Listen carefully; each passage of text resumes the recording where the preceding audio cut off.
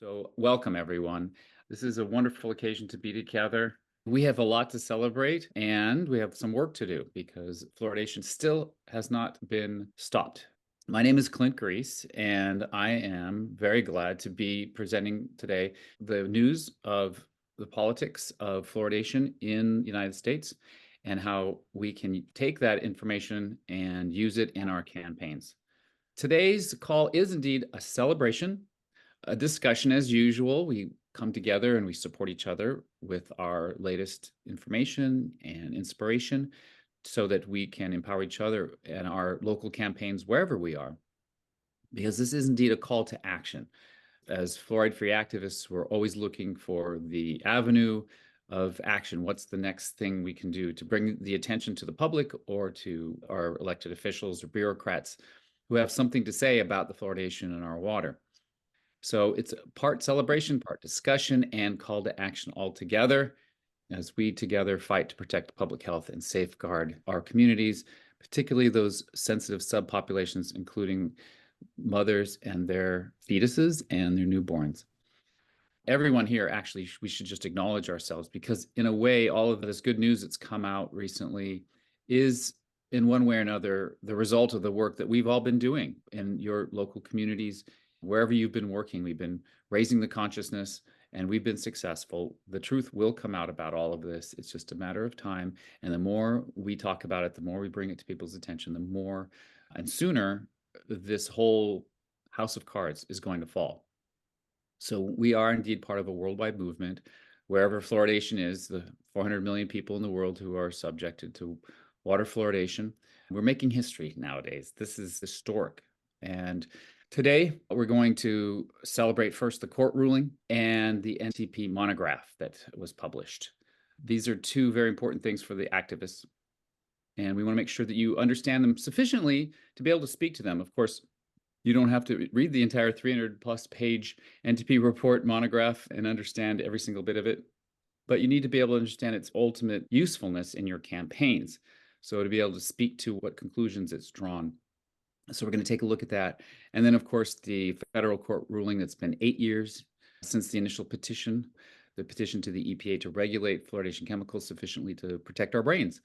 And of course, if you've been following, you know that we've gone through 2 full trials. The last one ended in February, and we had been awaiting the ruling up until just last week. It finally came out. And indeed, the court ruled in our favor. Once again, you can read the entire ruling, and yet, most importantly, you just need to understand what is the upshot of it. What's the point of it? And for us activists, and how can we use it in our communications with our neighbors and with the elected officials and the bureaucrats and others in our towns so that we can end water fluoridation once and for all. Just to introduce myself a little bit more, you may know I was the host of an international fluoride-free teleconference for 4+ years every month, where we interviewed doctors and dentists and lawyers and activists and chemically sensitive people, politicians, and all manner of folks who are interested in ending fluoridation. And I compiled all of the information into a handy handbook for fluoride activists to read and learn from so that you can, in one book, you can learn what it takes to end fluoridation. And it's comprehensive in the sense that it starts very much from the beginning of just confronting the deception that fluoridation is. We all know it began in deception, it continues in deception, and how we personally deal with that truth and how we communicate with others has a lot to do with the success of our campaigns. It also covers how to protect yourself and the folks you meet on your campaigns to help them. One of the first questions that comes out, how can I protect myself from exposure to fluoride? So there's that chapter. And then a full political analysis of your jurisdiction follows. So you create the map of your situation. I live in San Francisco, California, where the politics are very different than, say, for example, in San Marcos, Texas. And so you need to be very aware of how fluoridation began in your town, what sort of political perceptions people have of fluoridation, from the folks who are against fluoridation purely because it's immoral to use the water supply to medicate people, or just strictly from the deleterious health impacts on a community that's drinking water fluoridation in unmeasured quantities. And then it takes you through how to create strategies and communications, how to keep your team together, how to visualize various political avenues, whether you're going to go to the ballot box, whether you're going to do direct advocacy to your elected officials, or whether you're going to do direct action and go out in the streets and make a big stink, or if you're going to avail yourselves of the court system, the remedies through the court system.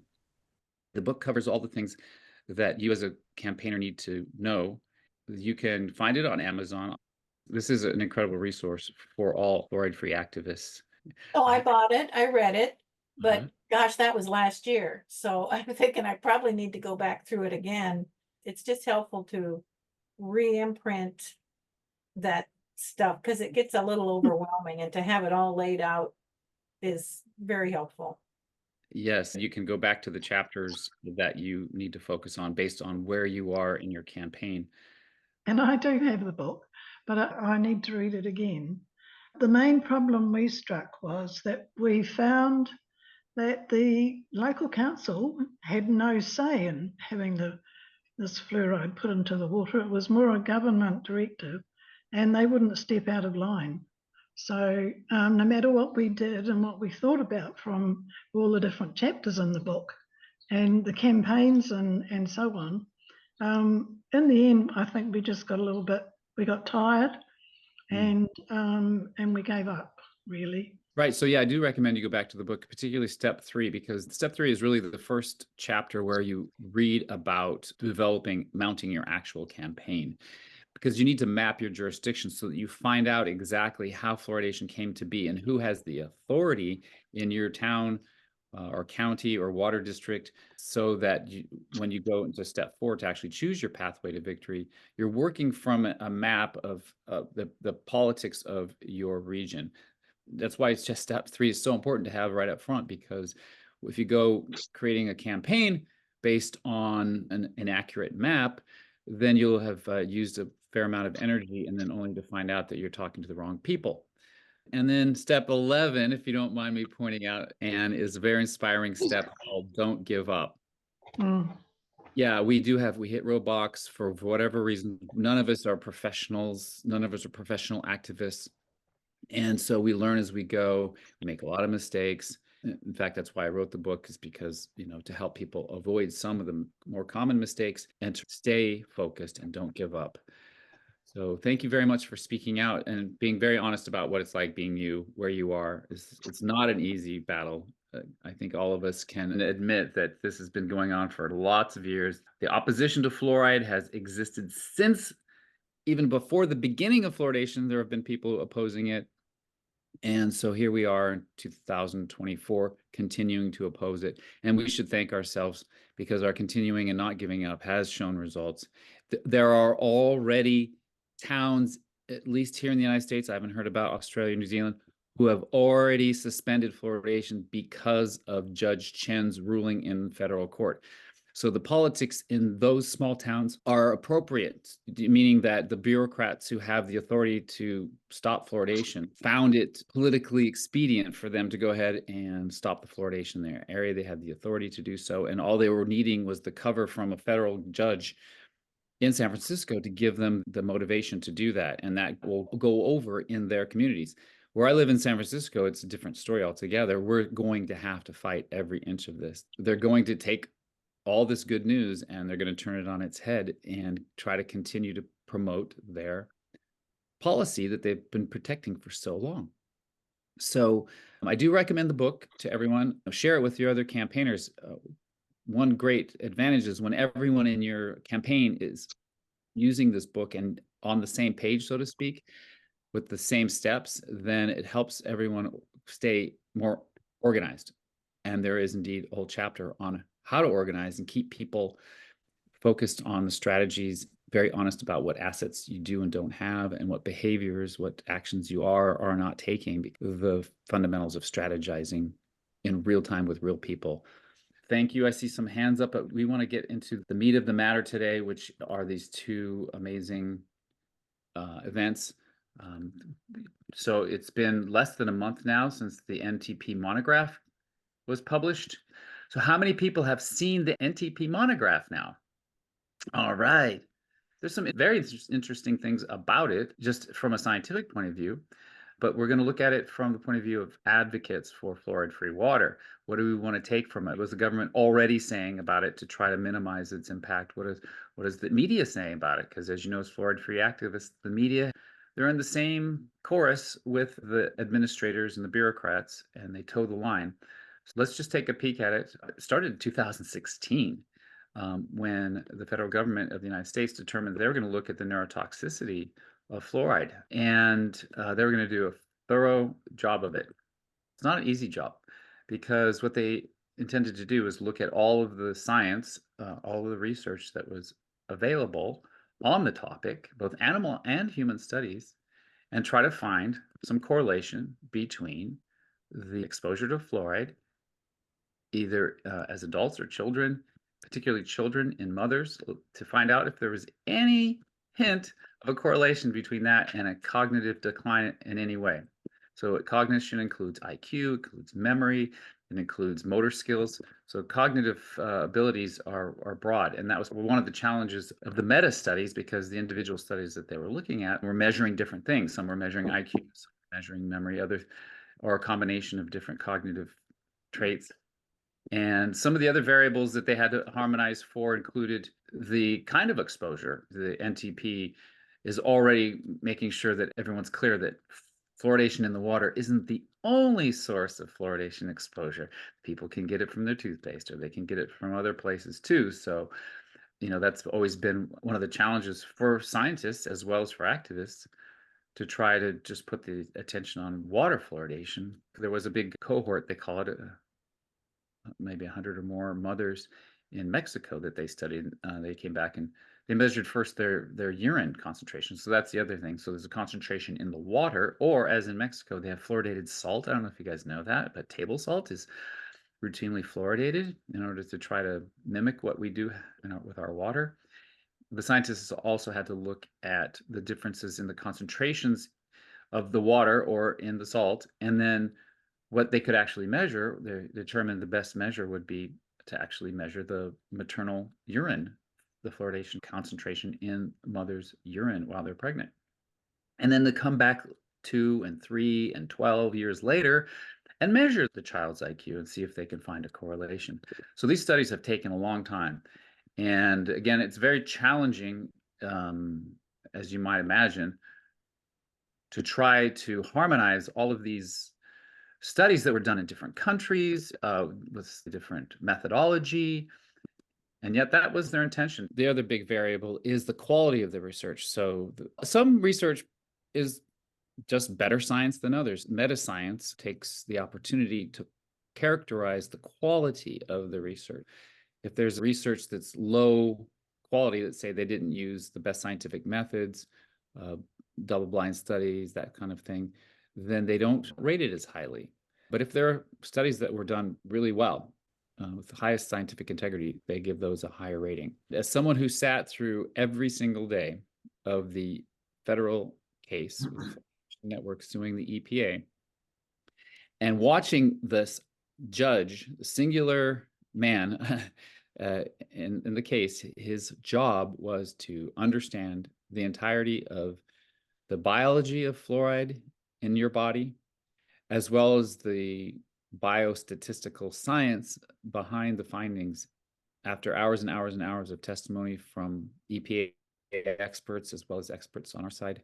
The studies was very strong that yes, there is a direct, linear is the word, correlation between the amount of fluoride exposed to the child and the detriment to their IQ. But as you get smaller and smaller, it's harder to measure, as you might imagine. When it comes to the research here at the NTP, not enough of the data, all of it combined and harmonized, and everything they did to perform the meta study, they couldn't get at a definitive measurable effect at 0.7 or less. So that's, of course, our challenge, given that we are dealing with 0.7 parts per million in a lot of the water here in America. So what do we activists have to say about that? Then how are we going to deal with that? Because as you can see here, the spin from public health professionals, public policy is going to continue to say in America, they're going to stick to their guns. They're going to continue to say there's, once again, This is not the first time the research has come out in our favor, but they're going to say it's insufficient. We're not clear, we're not sure. But anyway, that's okay for now because the federal court ruling with Judge Chen handled that objection very well, and we're going to get to that in a second. But I just want to let you know the NTP report on its own is very important. It is definitely something you can stand on. It's definitely something you should point to. You definitely have it on your websites as a resource for people when they come and they want to see, okay, show me the science. Well, here it is. And you don't have to exaggerate the results of it. You can just tell the truth about it. When it comes to protecting your children, if you're a pregnant mother and you know that 1.5 parts per million definitely reduces IQ in your child, you might be, in the abundance of caution, as it has been said in recent years, in an abundance of caution, you might want to just not have any fluoride in your body or in your child's body. We'll add, what it took to get this thing published. It was completed, the actual research was completed years ago. The Department of Health and Human Services ordered that the report not be published. And we found that out at the beginning of this year as part of the EPA lawsuit. The trial that happened in February actually had, the judge himself had, and the parties had at their disposal the data, the report, the actual report, and all the data in it. It was subpoenaed. So even though the federal government wasn't publishing it to the public, we definitely got to use it. And so you need to know that the ruling by Judge Chen in the Northern California U.S. District Court is based almost completely on this NTP report that he had available to him in February. And it's taken 7 months for him to come out with his ruling. That data did come out within the last 3 weeks, and you can now use it in your campaigns proudly. You've done a very good job, and I appreciate what you're saying. There's a couple additions here. One, back in 2015, I contacted the NTP, and Linda Birnbaum said, well, make a petition to the Board of Scientific Counselors to review the developmental neurotoxicity of fluoride. Well, the first thing I did was send the evidence on fluoride and cancer. And then I sent fluoride on the thyroid gland. And she actually called me up and said, when am I going to see this on the developmental neurotoxicity? Oh. So the NTP actually had a heads up that IQ, brain, and fluoride were a problem. And so I sent the information on the brain, and others did also. But it really actually started back in 2015 rather than, and it wasn't until 2016 that the NTP actually started working on it. But they voted on it, I think, in December 2015 that they would start. So it's been really very close to 9 years, and it was blocked. There's no question from release until the court ordered the release. I worked on finding out who in Washington State had jurisdiction over fluoridation. I thought it was the department.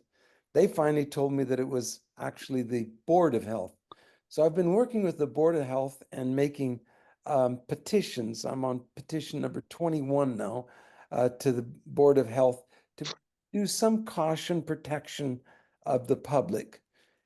Regarding the NTP, it was about 700 pages in the draft, divided into 2 sections.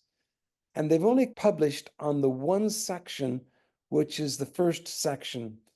The meta-analysis, I think, in my opinion, is far more powerful than the first section, which really only talks about the having confidence at 1.5. The meta-analysis does not show any benefit going clear down to 0. And that is supposed to be published sometime towards the end of this year. So we're only part way through on the publication, and I think they divided it into 2 sections because they may want to just avoid publishing that second section. I hope they don't.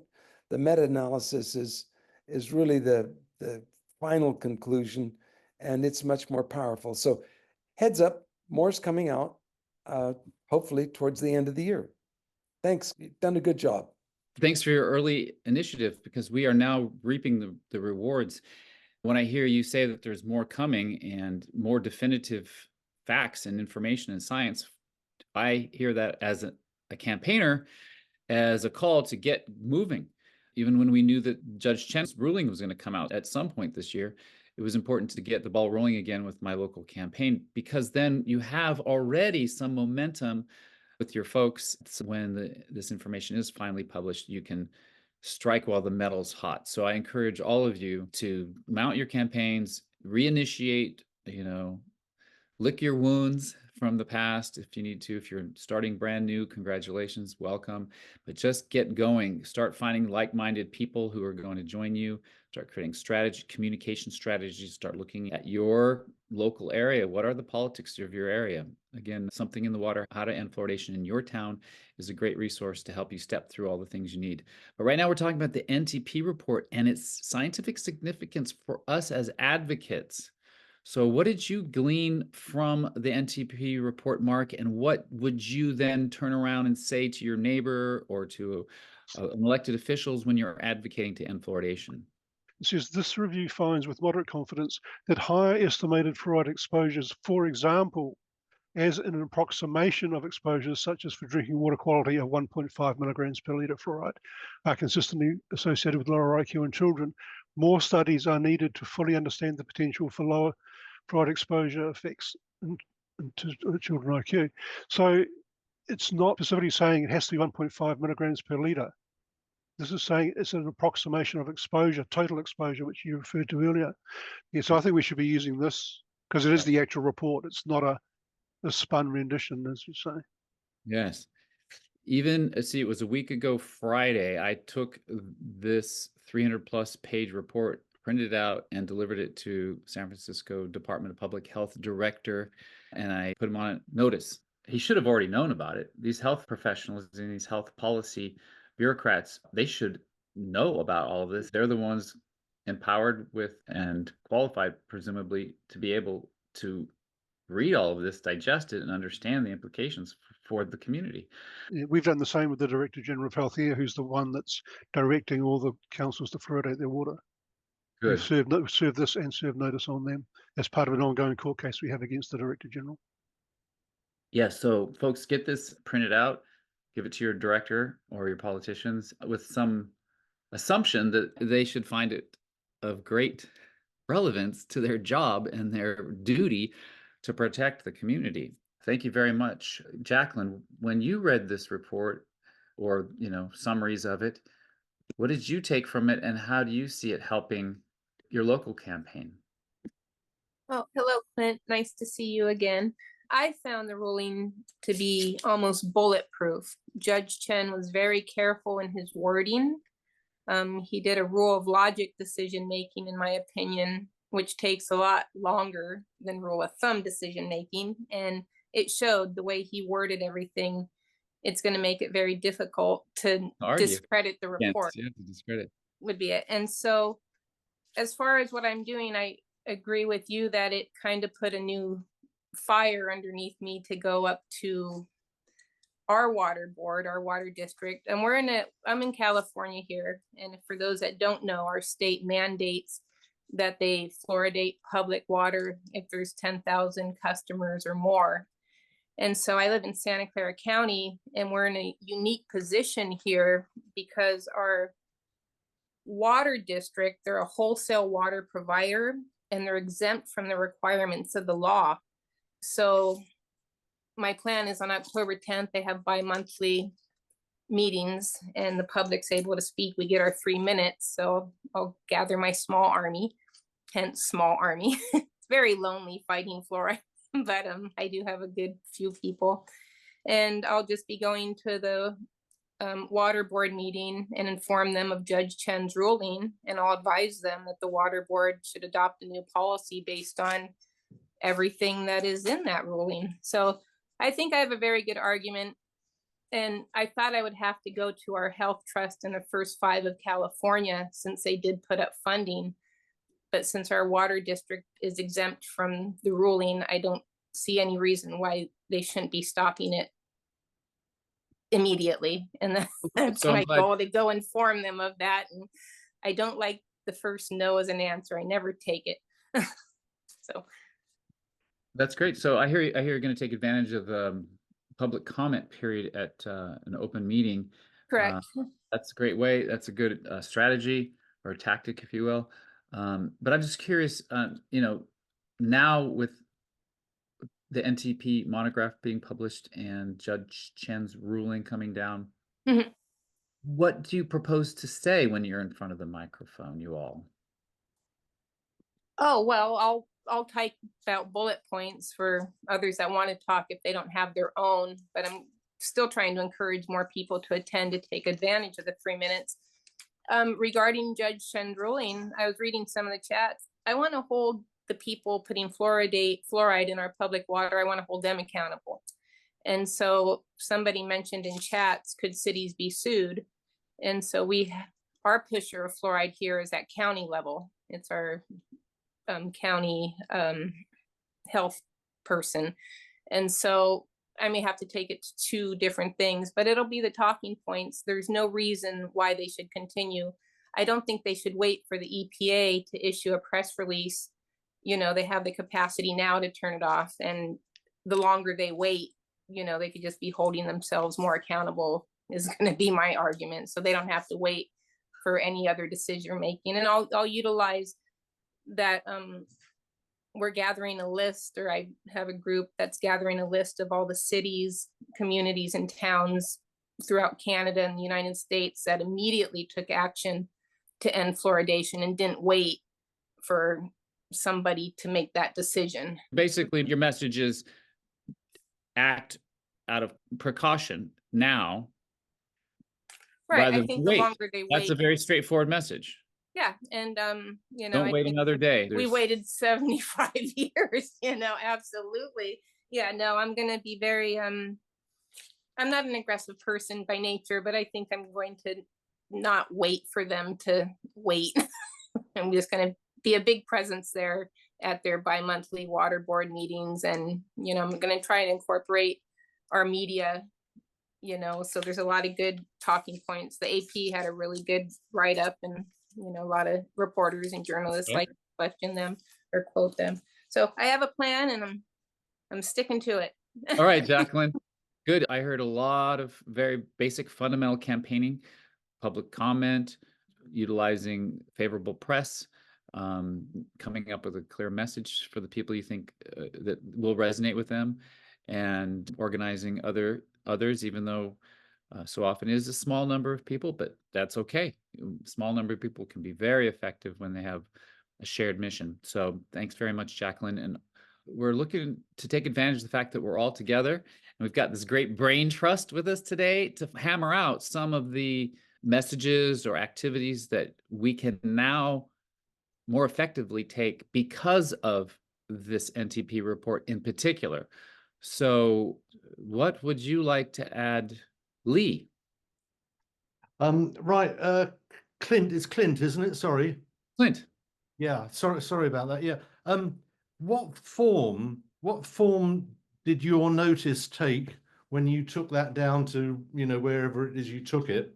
And can you share that with us, please? I'm Lee. Sorry, I should have introduced myself. I'm Lee. I'm up in Carlisle in England, or near Carlisle. And so, that's a question I'd like to ask Clint, if possible. Absolutely. Yeah, I was preparing. I was prepared to share that.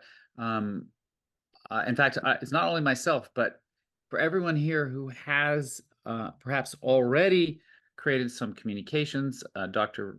Richard Sauereber is here with us today. He has written some letters as well. We want to share all of those.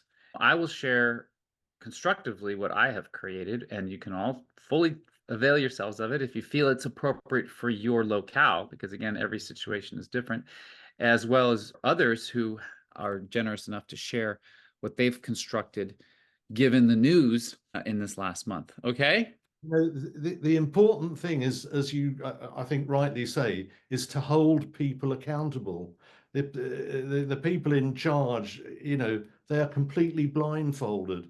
And we or you, we have to hold them accountable, put them on notice, take their trousers down and give them a spanking is what needs to be done. Nice Excuse me. metaphor. Nice metaphor. Thank you. Yes, holding them accountable because they're to be doing their job, and they're derelict in their duties, obviously, have been for a long time. But what is it about the NTP report that's going to help us get through to them or to our neighbors and their constituents sufficiently to pressure them to change their behavior and become accountable? How about it, Derek? Yeah, I think that NTP report was huge, and I think a big part about it was just the NDP released the lead neurotoxicity report that had a huge impact on the world as we know it. Lead-based paint and all of that. We know there's been a huge recall, and highlighting that similarity, that parallel between the NDP did this with lead, and it had a huge effect on our world. And now the NDP did the same thing with fluoride. And who are we to sit on our thumbs and say, well, the EPA hasn't said that we have to take it out yet, to compare that with Judge Chen's ruling. And it feels like it's a powerful 1-2 punch that now he's saying it's an unreasonable risk. And this report plus the unreasonable risk ruling, that it feels like there's no way that you can, as a council member, say in Washington State, battleground Washington, how can a council member say that I didn't know that it was risky or an unreasonable risk? And so I sent a cease and desist notice to 3 local cities here in my county, saying that it's willful negligence to continue, and please get back to. I also included a public records request, and to some of the other folks' points, that I'd be happy to share that material. I'd love to see what the other materials are that people are sharing. I'd love to be able to kind of it feels like, well, I found a Freedom of Information Act request from James Deal, attorney, that he had posted on the web. It's like, oh wow, this is a treasure trove. Kind of pull from that and cobble something together. But all these folks here on the screen with us, I'm sure that everybody's using their own respective versions. It'd be so cool to be able to share some of those resources. Exactly. That's why we're here. So if you don't mind adding yours, will you do that, Derek? Yeah, I will. I saw somewhere on your website you have got some kind of a group somewhere. If you want to visit fluoride-free-campaigns.com, you'll find there a 12-month series we did last year after Right. the book, where we go through each of the steps and go deep into them and apply them in our local situations. And it's really cool. The videos are all there. There's an entire chapter on freedom of information requests or public records requests. The chapter is titled Publicize Government Secrets, because in the end, it's not only getting that information from the government, but as a campaigner, turning around and publicizing it to the community so they can read it for themselves and be blown away by what they read. Yeah, publicize government secrets. Thank you very much, Derek. Anything else you want to add?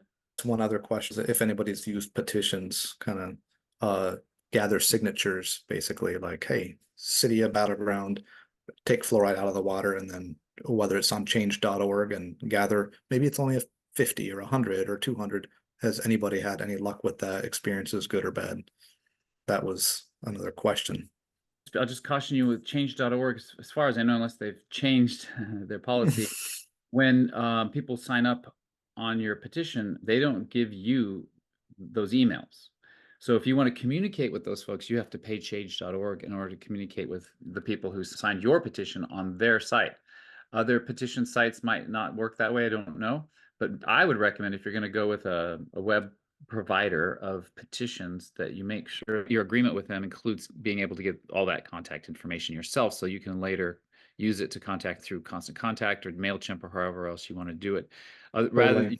Otherwise, you're just going to be tied into change.org and always having to have to pay them to message your people. And just a conventional website often allows for collection of email addresses too. So ultimately, that's what the petitions are for, because if you realize these are not petitions of any official weight, in the sense that they don't put something on the ballot. If in our book, Something in the Water, there's a whole discussion about what it takes to get something actually on the ballot, a real petition, to circulate a real petition, to paper petition where people sign it and then they get something on. But as a gimmick, if you don't mind the term, as a gimmick for your campaign, to create a petition that people sign, which merely says, yes, I agree with the sentiments in your document against fluoridation, just be careful that in the end, the whole purpose of that is to get contact information. So make sure you get it. 100%. I was thinking the same thing, and even like perhaps Google Forms would be a way to do it. I can just kind of customize and say, hey, what's your email address, and do you live within the city limits to where you're 100% affected by this, and use that to further solidify an actual petition. Indeed.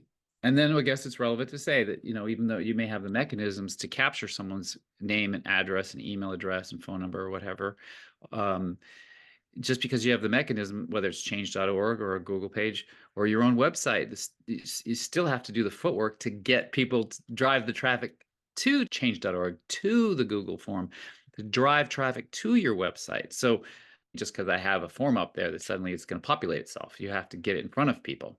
And that's where the real work begins. Okay. Exactly. All right. We know. We campaigners know. All right. So let's talk about Judge Chen's ruling. You are talking to somebody who was in attendance for every single minute and every single hour of all the trials. It began before the pandemic, so we were in person. Just so happens to live in San Francisco, where the case was happening. Where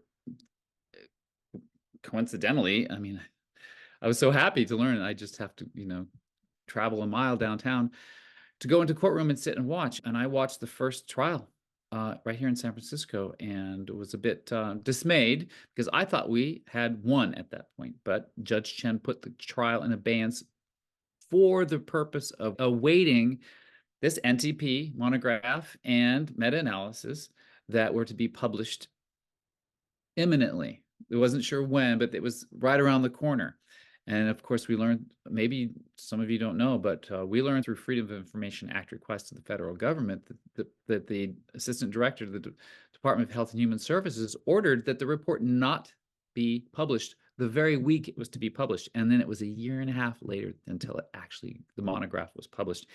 And as Dr. Osmundson has just told us, the meta-analysis, the other half of it, hasn't even yet been published to the public. But the judge did have this information available to him during the second trial, which happened in February of this year. And boy, what a trial it was. The Fluoride Action Network and Michael Conant, who was our lead lawyer, you guys just all should thank heaven above for Michael Conant. Without him, I don't know if any of this would have happened. There's just too many beautiful, miraculous things that came together to make this happen, including Michael Conant's enormous talent and his conversance with this topic, since he was raised by the Conants and the Fluoride Action Network, basically raised with the Fluoride Action Network, and then went on to go to law school and become an environmental lawyer. So he was just the perfect person for the trial, and boy, did he do an amazing job. The EPA lawyers were savvy. They were sneaky. They were everything you would expect from a villainous EPA lawyer, and they had a whole team too. It wasn't just one. It was just almost an army. They spared no expense, but we won. And we can now celebrate this victory because, as you know, to hear a federal court judge rule that fluoridation chemicals in the concentrations typically used in water fluoridation schemes in America and elsewhere presents an unreasonable risk to human health. And therefore, the EPA is required to regulate it accordingly, according to protecting our brains. Okay, so the amount of fluoride in the water, the level of fluoride to stop any harm to our brains has to be very, very, very, very, very low. So that now I can tell you that 1.5 parts per million concentration is relevant because what actually happened in the ruling, Judge Chen says that the EPA has to do its job. They haven't been doing their job. That's one thing you can say to your neighbors and to bureaucrats whose ear you got, their ear. You can say, look, not only did he tell them they have to do their job, he's saying, in effect, they haven't been doing their job. And a big part of their job requires that they set a proper safety level.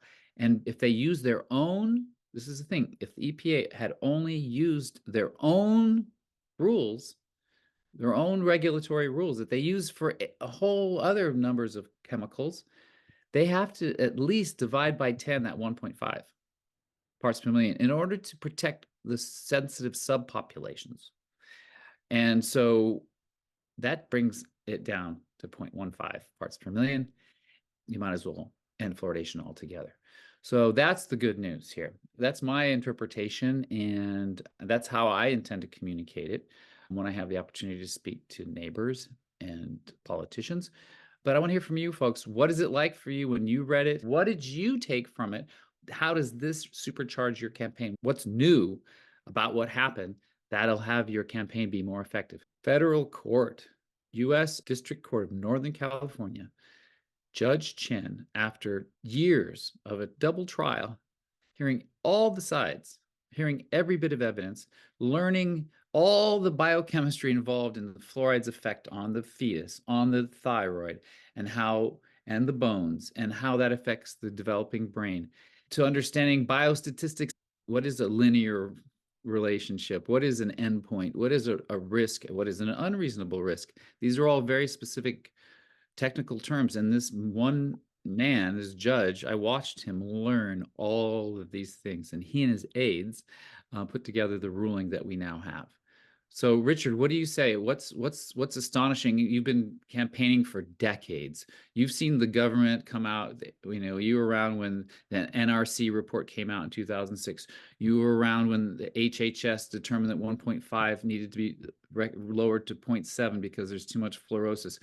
And you've seen various good news come out, and it hasn't been the silver bullet for we campaigners to just end fluoridation altogether. What about this is any different, and how can we deploy it in our campaigns? I wish it could be a silver bullet, but I think what's likely going to happen, because the EPA is so stubborn.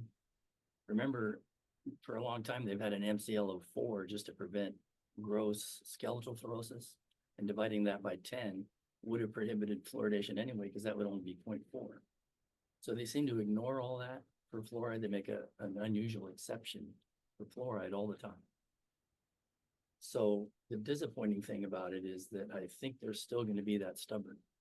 And if they don't appeal it to the Supreme Court, and if they try to be civilized with a reaction to Judge Chen, the weakest thing they could do to escape would be to have water districts put a note in their water bill to people saying that, well, pregnant women should avoid fluoridated water.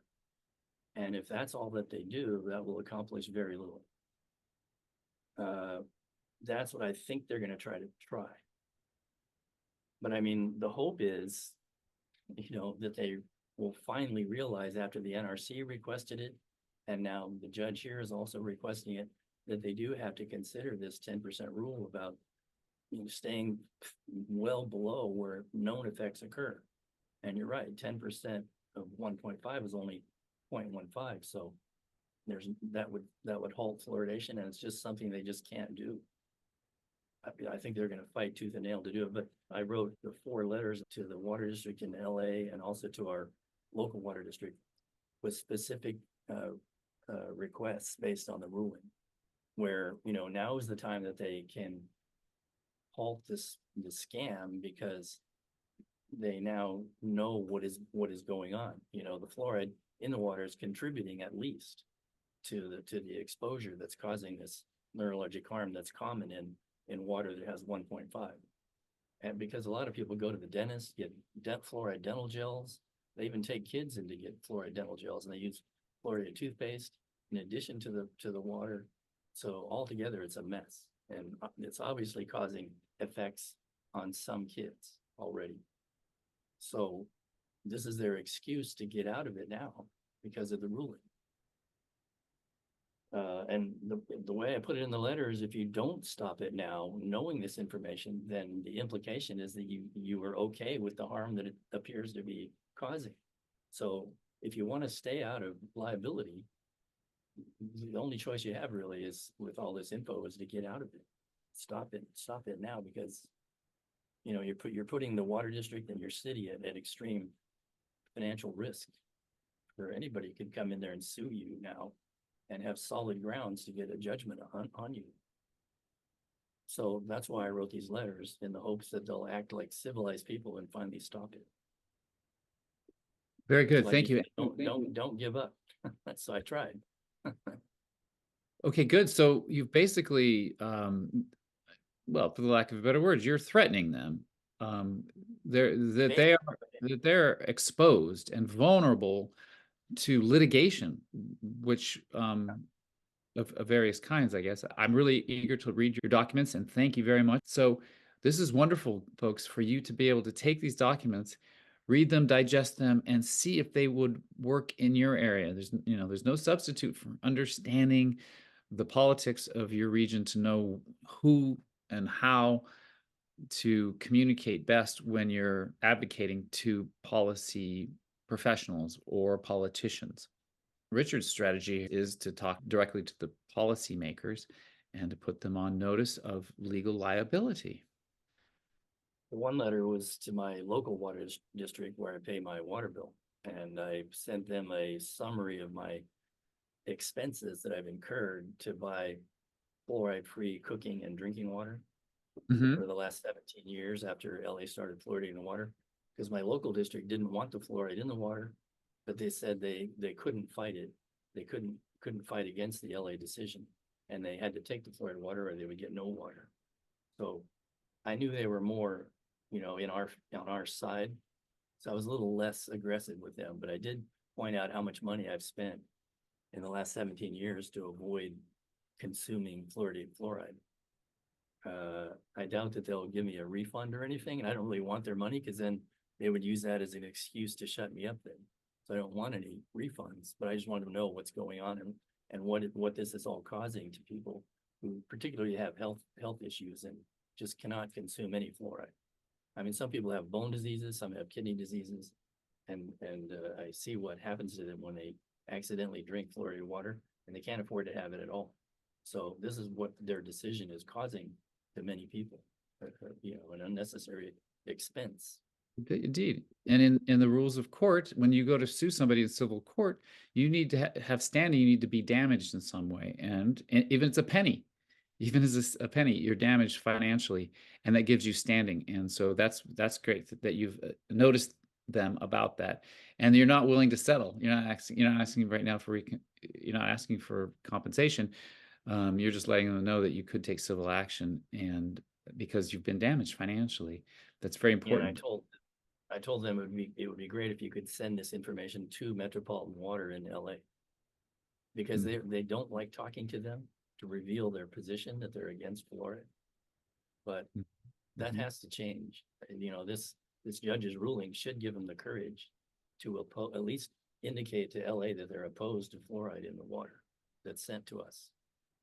At least. As far as the legal avenue is concerned, and once again in the book, Something in the Water, in the chapter that explores all the various avenues of political change, including using the courts, you know, it's admitted there that the courts haven't haven't been, well, until this ruling against the EPA, but a lot of court rulings over the decades, a lot of fluoride-free activists have tried to sue in various state courts to try to end fluoridation. And typically the courts have come down on the side of the police powers, which is something a lot of people haven't heard about, but it allows the government great latitude to do things like mass medicate people for their own good, and then avoid this in the courtroom discussions of the science. And that was what was different about this EPA trial, is that it came under this remedy, this specific remedy through the federal court, came from a Toxic Substance Control Act that allows for citizens to petition the EPA to regulate chemicals that they aren't already regulating. And if they should fail to, if the EPA declines the citizen petition, then the citizens can turn around and sue the EPA directly in federal court. And that's what happened. But the court cases where people just have tried to sue water districts or what have you, the courts have avoided the science, and they strictly go on the police powers, the authority that the state has to take care of us. So I was reminded that the FDA has opposed fluoridation since 1945, and they will never approve it. The FDA will never approve it. You know, the eight years of petitioning the FDA, that's one thing that came out of it. They were too scared to stop it. They didn't think they had the right to stop it. They expect the EPA to stop it, but they will never approve fluoride ingestion ever. The FDA. The FDA will not. The Food and Drug Administration. Yeah, that's Right. where, once again, with fluoride is the exception. It's the oddball. The EPA is the one regulating tap water. So, but given Judge Chen's ruling, it might clear the way for whole new civil lawsuits, given that it is an unreasonable risk to human health. And we are all spending money to try to avoid exposure to it. We want to talk about this news and specifically how you're using it in your campaigns. All right, Wynn. Well, I talk to different people, these intake lawyers that are on the TV and stuff that talk about damages to people. And I says, check out the fluoride lawsuit. And this is, I had the studies to give it to them to say what the effects was. And I says, I have all of it, and a lot of my friends do. They're not checking people's, when you take medicine, you have your blood checked. If we're not having our blood checked every year, how do you know you're getting too much or too little? And I definitely have too much. All right, Wynn, thank you so much for that example. So Karen, thanks for being here. If you don't know Karen, you're listening to somebody who knows all this stuff. I would defer to her for accuracy and precision about any of the things I've said. So if you want to correct anything I've said, Karen, please do. We're so fortunate to have you. Can you distill for us the importance of the NTP monograph being published, as well as the court ruling coming down, and how we can use this in our campaigns? Absolutely. I think first I want to say, I think Richard was right on the money. The powers that be, the EPA, are going to delay, they're going to do everything they want to do. As a matter of fact, we have seen the ADA's continued support, the CDC's continued to support, and God help me, I want to throttle them, the American Academy of Pediatrics continued support for fluoridation. Now, I think we've been handled a trifecta. We've got the NTP report, which are the highest level neuroscientists and toxicologists in the country. And this group of dentists want to say, oh, well, they didn't do it right. This group of dentists. These are the highest ones in the country. And they're on them.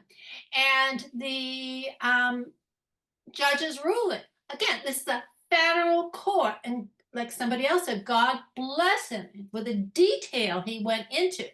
Even so, I met with my state representative yesterday, and she's willing to sponsor a bill I have for the warning language, but she's not willing to sponsor the ban language yet. She says she might get there, but and that's because the judge said in his ruling there doesn't need to be, there may not be certainty about the 07 being dangerous, but then he goes on to basically says there is. But anyway, they highlight that one sentence, which they take out of context, of course. And of course, Bill mentioned the meta-analysis is coming. I know about that. That's going to be the icing on the cake. So what I think needs to be done two things. I think we need to follow the lead of Andy Anderson. Is he still on? Yes, he's still on. God bless you, Andy. And go to the people with their hands on the tap. Go to the water, the heads of the water departments, the ones who really are there managing the water. You know, I never like to bother with the Board of Health. They were a waste of time. Legislators, well, politicians, legislators, they prefer to do nothing when they can. They prefer to go along to get along, and they prefer to defer to the experts. However, they hate being embarrassed. Just like the pediatricians and the dentists supporting this are going to hate being embarrassed.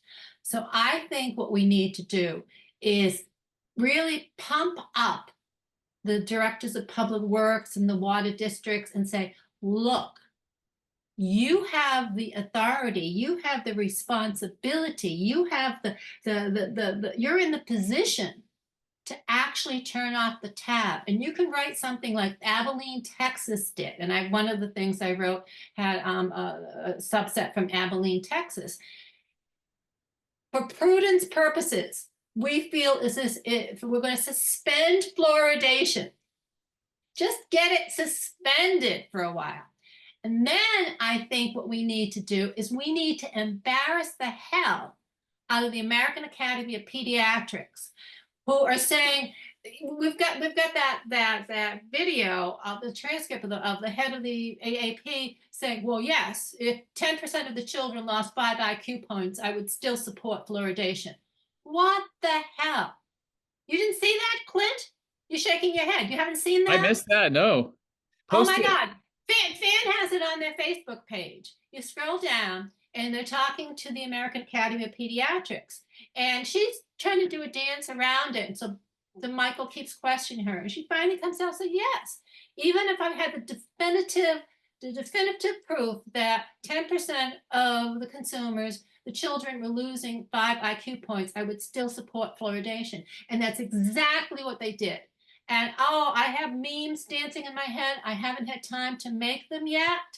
But yeah, we need to embarrass them. We need to write letters to the editor saying, you got the head toxicologist, you have the federal court judge, and then the Cochrane Collaborative came out and said, low quality science, high risk of bias, very small benefit, which might not be real, which is like a fraction of a cavity in a single kid, which isn't going to save anyone a penny, because it's a fraction of a cavity. You still have to fill the cavity. Do they say, oh, we're going to charge you less because it's 1/3 less bigger than it might have been? You know, no.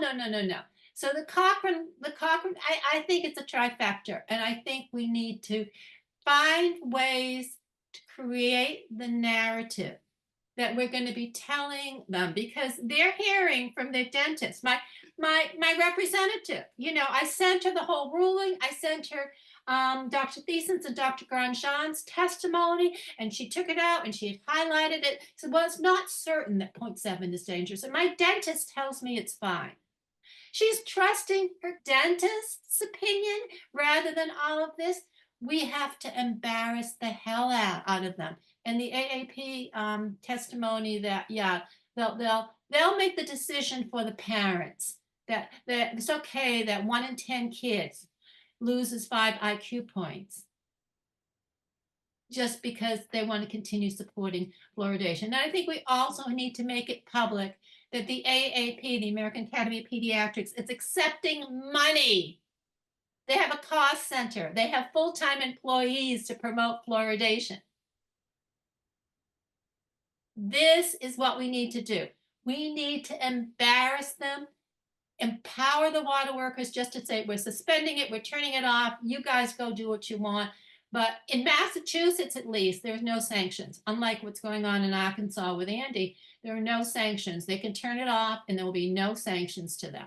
People will get upset perhaps, but there are no sanctions to the water workers to turn it off here. And that's what I think you need to do. You need to figure out what's going on in your own state and empower the water workers and embarrass the dentists and the pediatricians who are going along with it.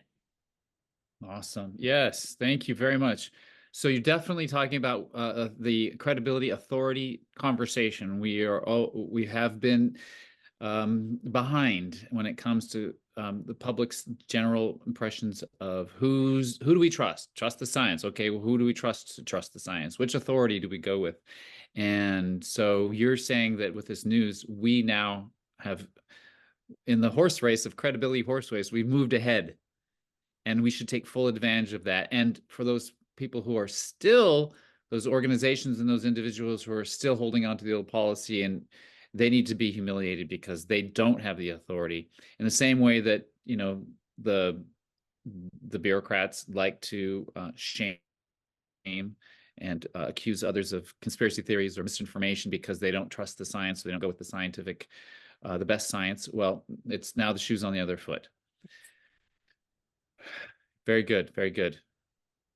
Yeah, let's like you said, memes galore could come out of this, but also letters, you know, any form of communication. So that's what we're here to do, to talk about, because, you know, in every good campaign, you take full advantage of every type of communication you can, whether it's Facebook posting memes, whether it's letters to the editor, whether it's picket signs out front of City Hall, you know, every medium of communication you want to take advantage of. And what we're talking about here is, what will the message actually be?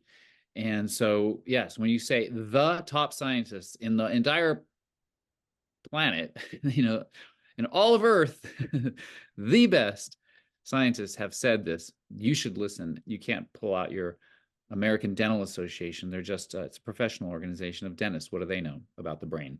So there's lots of messaging there. And I think there was another angle too that you mentioned, talking about temporary suspension. Oh, temporary right? suspension. Yeah, if you want to see real science analyzed, I'm a former analyst, not that I'm, you know, the greatest thing since sliced bread, but I go to fluoridelawsuit.com. Fluoridelawsuit.com. Under the science tab, I have close to 200 items of peer-reviewed science published since 2015, with keywords and annotations, full hyperlinks, citations, the whole bit. Oh, there's no credible science. So Karen has been focused for years on this same point, the credibility. We've had the authority on our side for a long time, and now we have even more authority on our side. And so when someone says, show you the science, there it is. There it is. Science. But indeed, what's important about the temporary suspension, I think, for all of us to recognize, is that when you're engaged in a conversation with public policy, health officials, politicians, elected officials, when you're doing direct lobbying, you can lobby for a temporary suspension, which is very different than an absolute outright forever banning of fluoride, politically speaking. You know, for that politician who's favorable, who's on your side, but is a little bit hesitant because they're worried about the ramifications for the fluoride zealots that are out there going to come for them. You know, for them to say, look, out of an abundance of caution, we're simply going to temporarily suspend fluoridation until more information is learned, or until we find out what the EPA is going to do. But in the meantime, we can point to the fact that this judge did the EPA's job for them that they were unwilling to do. And so just as if the EPA had made this ruling, we're going to treat it like that. And so you could be successful where perhaps in the past you wouldn't have been. All right, Derek, what do you take from this federal court ruling where the judge determined the EPA hadn't been doing its job, therefore the court had to do the job for them? Well, what I was just thinking about is how it basically it pulls out one of the key cards out of this house of cards, as has been mentioned. But then what else has been super exciting to me is how many other cards can be blown over with just a little puff. And that's something that I did in my letter. I was just thinking I could mention a couple of those key points that it just feels like specifically apply to Washington State, which speaking of temporary suspension, we have a pesky law passed in April of 2023. You can see the first version of the law was very much written by the pro-fluoride lobby. It says that nobody shall stop fluoridating their community unless they give a 90-day advance notice, and then the public, they'll be provided all of the probe fluoride information from the public health officials, and then after that 90-day period, then they can do a 90-day period. Then they can notify the public they're thinking about, and then 90 days after that, then they can make a decision on it. If they temporarily suspend before that, then that's against the law and they have to resume. So it kind of ties our hands when it comes to a temporary suspension. So this is the public notice that could be provided to the public. And I feel like this first piece here, just talking about the new public rulings, would be really easy for them to send out. This is just fresh information, and it's really objective. I think this would be a no-brainer for Washington State, for any city. Hey, this is why we're considering pausing fluoridation or stopping it, because of this information. And then I included, this is where it gets, as one person pointed out to me, this could make the water a little bloody. This is where it, to put these reasons out to the public could really be kind of messy. But it's all true. It's just all of these same talking points that we know just destroy the fluoridation program. And then I guess while you're here, pause on starting on 17. I'll touch on these ones for a moment. Actually 15. Let's see. So Bill Osmondson, who's also on this call, looking at his slideshows, he's really dived into that fluoride. It is a legend drug. It requires a prescription. There is no prescription. Show me the prescription. So let's hammer on that. They don't have a prescription. They are illegally administering medicine without a prescription. And then where's their medical license? This constitutes, according to Washington state law, revised code of Washington, unauthorized practice of medicine. They are breaking the law. And that's one more card you pull out from under them. Fluoride is classified as a poison. Washington state law says a poison is defined as anything. This is Bill Osmondson's information. Shout out to him. But he pointed out that if it's 60 in a quantity of 60 grains or less, causes violent illness or death. So that's 3.9 grams. And that's enough to kill a 1.1 154-pound average size adults or 3 children. Does that classify as a violent illness or death?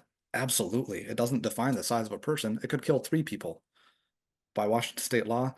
So there's a poison, and it's illegal to add fluoride to public water supplies because it's just simply against the law to poison people. And so that's a statute that, you know, as if the ruling wasn't enough, there's so many laws that are being broken by these city officials.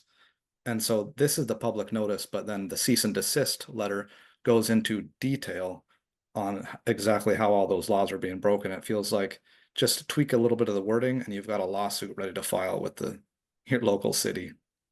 So that was my thoughts on pulling out some of those other cards out of this. This is your cease and desist here. Can you see it? This is a public notice. The cease and desist letter is, if you scroll down a little bit to the table of contents and then click on, for example, fluoride is a poison is one of the first ones. It's going to be all blue table of contents. This is about a 70-page letter. It just lays out exactly what the law is and exactly how the city of Battleground, or in this case, the city of Vancouver, because I hit 3 cities, how they're breaking it.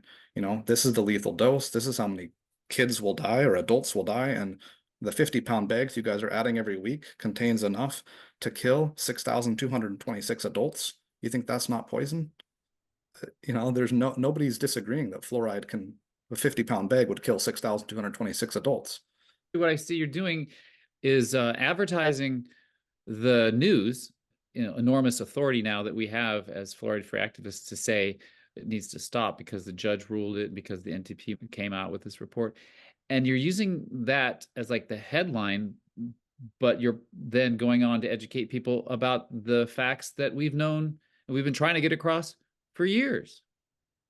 Exactly. And so one other thought was, I just love this sharing that we have going on with some of these different documents. I can't wait to dig in. Obviously, I'm trying to stay focused on what everybody's saying and not but I can hardly keep myself from going and reading all those documents. So I'm with you, and maybe I'll go next, Derek, but I'm going to show you my public notice. It's not a surprise, maybe, that we both saw the need to notify the public that the Department of Public Health is not doing its job. If it were doing its job, it would obviously just require no fluoride in the water. But minimally, it would warn water consumers that they need to reduce their consumption. There's a public service warning actually that I developed. It's been a couple of years since I developed it. I only hesitated in distributing it, mass distributing it, because I was concerned that the city right here in San Francisco, you can't underestimate their, what's the word? Short of diabolic, you can't underestimate how diabolic they are. And they would sue me or criminally prosecute me for causing a public nuisance if I should put out a public notice, a mass public notice saying that people shouldn't drink the water because it's going to hurt their brains or harm them in some way. Next thing I know, I'd be a defendant in a criminal case trying to prove. Maybe that'd be a good thing. I'm just not hadn't been willing to go through it. But since the NTP report came out, a video recorded myself delivering the NTP report to the Department of Public Health director. When we notify the Department of Public Health director or the mayor or the guy at the utility, whoever is the one that you pin as the one bureaucrat in your town or county or water district that is responsible, and then you put them on notice, they no longer have plausible deniability. I don't know if that's a term that's come up today yet, but plausible deniability is what they have had at their disposal. They can say, well, the research says it's not 100% sure that it causes. We need more time. We need to do more research. You can't definitively say it hurts children's brains, for example. Well, now we can. And if they want to get in the courtroom, there was no argument whatsoever that at some level, and not even crazy levels like you're talking about, Derek, that would kill you instantly, but that in concentration of 1.5 parts per million, there is an observable, absolute toxic effect on the brain, measurable. So they can't deny that anymore. Now, in the subtleties of the law that were fought out in that courtroom about the difference between a risk and an unreasonable risk, it's a distinction in law. That's where the judge had to come down and say, yes, indeed, it is an unreasonable risk. So what I'm saying is now I feel full authority with the NTP monograph. And in addition to that, Judge Chen's stamp of approval, I have produced a public service warning myself. And I've flyered 500 people in San Francisco already. And it's already starting to cause quite a stir, which is my intention. Having mapped my jurisdiction, having very thorough understanding of the zeitgeist, of the mentality of San Franciscans, who are almost beyond redemption when it comes to their idolizing of public policy authorities. If it didn't come from the official, if they didn't see it on TV, and if they didn't see a big press conference from the Department of Health director that people should avoid fluoride, then they think everything else is a conspiracy theory or a scam or a right-wing, far right-wing conspiracy theory, something that someone took a photo of the flyer and published it on a social media website called nextdoor.com. I don't know if many of you are familiar about it, but it's quite popular here in San Francisco. A bunch of do-gooders love to hang out on nextdoor.com. It's a social media site that's dedicated to more neighborhood news. And so, yes, because it's rather bold. The goal is to, yes, stir up a hornet's nest, but what it does is exploits the difference between a concentration in the water and an actual dosage or exposure.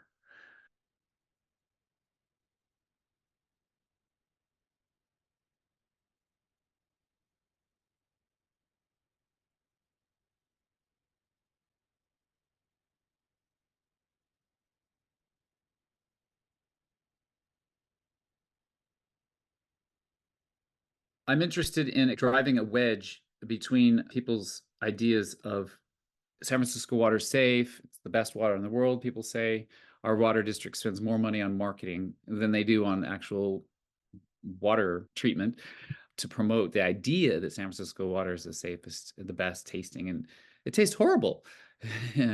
But anyway, it's perception, and I've got to break through. And so what I'm trying to do is get people to look at exposure level. And so in my notice to the director of the Department of Public Health, I specifically advised him of the NTP report.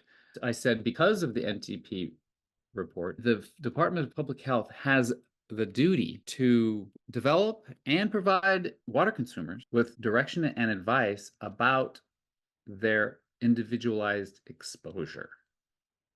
That, for me, is what's changed with the NTP report. Perhaps we could have said it even before, but now we can say it without any hesitation, without any worry of criticism or criminal complaints against you, that indeed we have to, all of us, recognize that there are different people with different health statuses, and that everybody needs to consider their overall exposure. And if the Department of Public Health continues to advocate for fluoridation in the water, then they need to say, okay, if you're an athlete who drinks twice as much water as everybody else, you need to not do that. You need to make sure you filter it with reverse osmosis or drink bottled water, whatever it is. If you're pregnant, you can't drink that much. If your baby's using bottle-fed formula, but all the things that take into account the variety and conditions that you find in a population of 800,000 San Franciscans. And by the way, our San Francisco Public Water Utility fluoridates water for millions of people outside of our city too, at the same time. But anyway, I'm just focusing on San Francisco for the time being. Well, what I want to show you next actually is the website. So if you noticed on the public service announcement, which is Safe Water San Francisco, our local anti-fluoride campaign, Safe Water San Francisco is doing the job that San Francisco Department of Public Health should be doing. So scam, it's not a trick. It's not a, trying to pretend it's something it's not. It's literally us doing the job that the government should be doing. And so at the bottom of the public service warning, I included a QR code and our web address, of course. And you might not recognize it right away because you don't live in San Francisco, but what I've done is I've designed our website to look just like the health department's website. And they've used the same colors, the same fonts, the same layout. And I use a lot of the cosmetics that you would see if you went to the Department of Public Health. But if you also remember on the warning itself, it asks that everybody contact the Department of Public Health, in particular, the Department of Environmental Health, which is a sub-department of public health that you witness a chemical exposure in the city. Say, for example, somebody's putting their automobile used oil down the gutter. You would call them for any kind of toxic exposure you're aware of in the city. You're to call this number and report to them. So it's option number 2, and you provide the information for all of these people. So what I expect to happen is that people will contact them, and they're going to say, okay, I am this age, I have this health condition, I am moderately physically active. How much fluoride chemicals can I safely consume? And the Department of Public Health, of course, is going to be completely unprepared to be able to do anything about that, which will expose to the consumer who's now interested in understanding their safe level of exposure, and the Department of Public Health's complete inability to recognize their individualized health concerns. They're going to lose the faith and credibility in the Department of Public Health. And that's on top of just the general campaigning stuff, because, on our website, obviously, we also have a place for people to add their email or to donate so that we can stay in contact with them and continue to grow our campaign and gain volunteers and donations to expand our movement, because we need to get this warning. We've been taking it, I'm inviting people to print them out and take it to people's doorways. But if you want to go to a farmer's market and stand there for a couple of hours and just hand them out to people, that works as well. Talk with people, post it on social media. So basically, I'm using this forum right here as a test. And that was my point to you, Derek, all along, is that we go ahead and we develop these public service notices or letters to the editor or our letters to the mayor or cease and desist notices and all of the great stuff we do. We have to just do it and find out what the results are. We accept the results as they are, and then we adapt to what what's next. And that's how dynamic strategizing, you can read about it in the book, Something in the Water, about dynamic strategizing. So you try things, you get the results, it teaches you, try something new, and your whole team is in this very much a flexible and dynamic state of continuously trying new things and seeing what works and what doesn't work. And if I only get, out of 500 flyers, if I get 5 dedicated fluoride-free activists to come forward and join us, I'm very happy about that. So let's see. The only thing I need yet to show you is my letter to the Department of Public Health director, and I'm going to pull that up. But go ahead. Can you hear me clearly, Clint? And Yes. Chris? Yeah, all right. Well, yeah, I've been working up with the Napa group and Sonoma County water people, and we've done the door-to-door. We've stood out in front of businesses and solicited signatures. I always had a reasonably positive response. I mean, the people that talked to me were interested. Really, the most obnoxious ones were the doctors, the dentists. They were the rude ones, but the average person was actually very nice to us. I'm really encouraged by the ruling. I haven't read it, but I think this will fuel a lot of us to be more bold. And I think it's a positive thing. I want to say thank you and the team there for following this all the way through. Just want to say thank you. I have your book. It's a wonderful reading. I get new converts coming on. I think we're living in a time when this type of stuff can change. So I just want to be positive and let you know I'm with you. Thanks. Amen.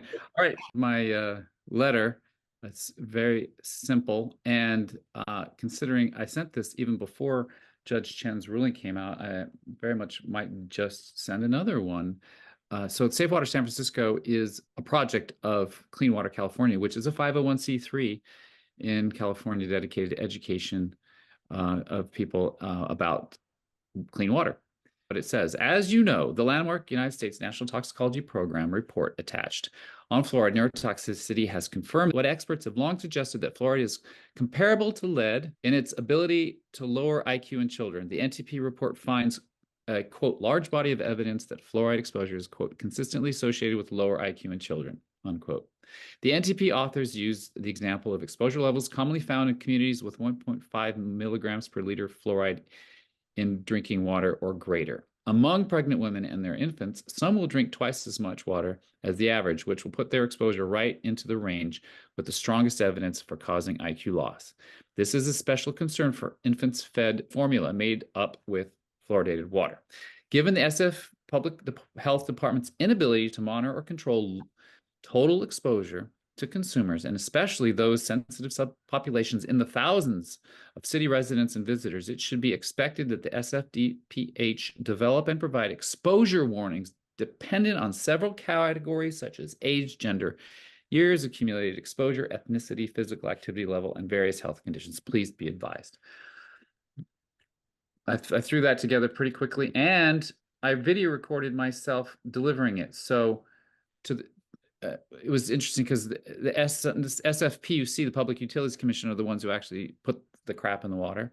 And then catty-cornered to their building is the federal courthouse where the case was heard.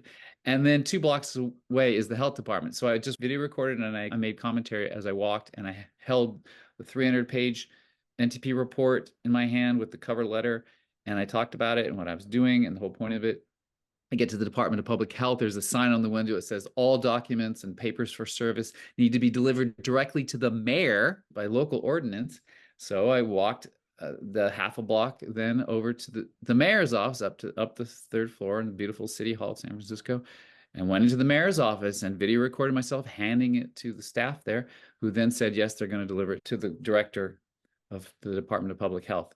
And so I'll use that video, of course, in an edited version of it as part of our campaign. But yeah, once you put them on notice, then they no longer have plausible deniability.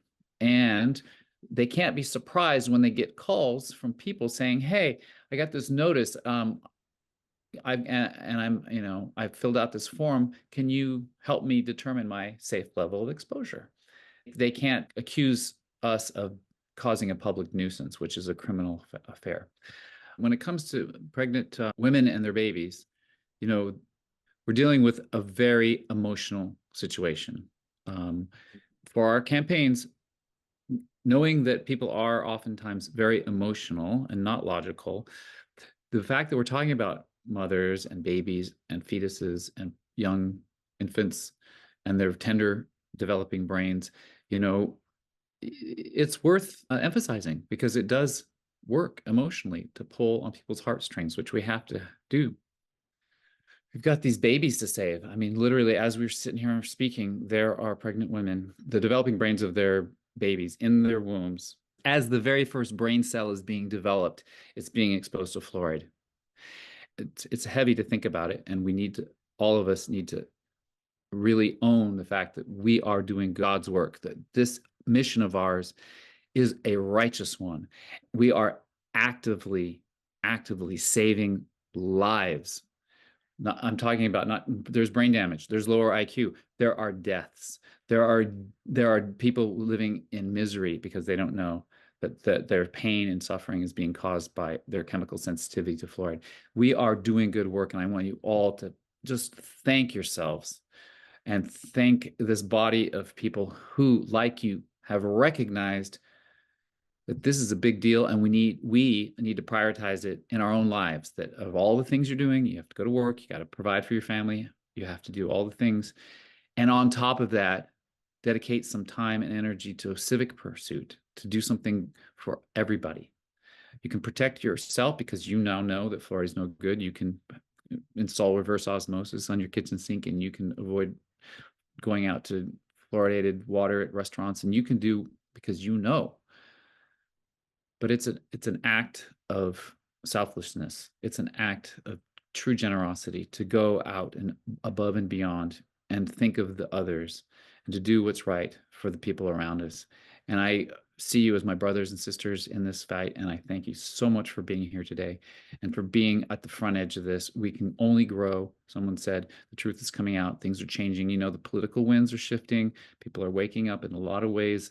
There's a lot of revelations about a lot of things, and people are starting to become accustomed to the idea that the government is not always telling the truth. So we can ride this wave, and we can continue to be successful and pray, as I do, that the end of fluoridation comes very soon.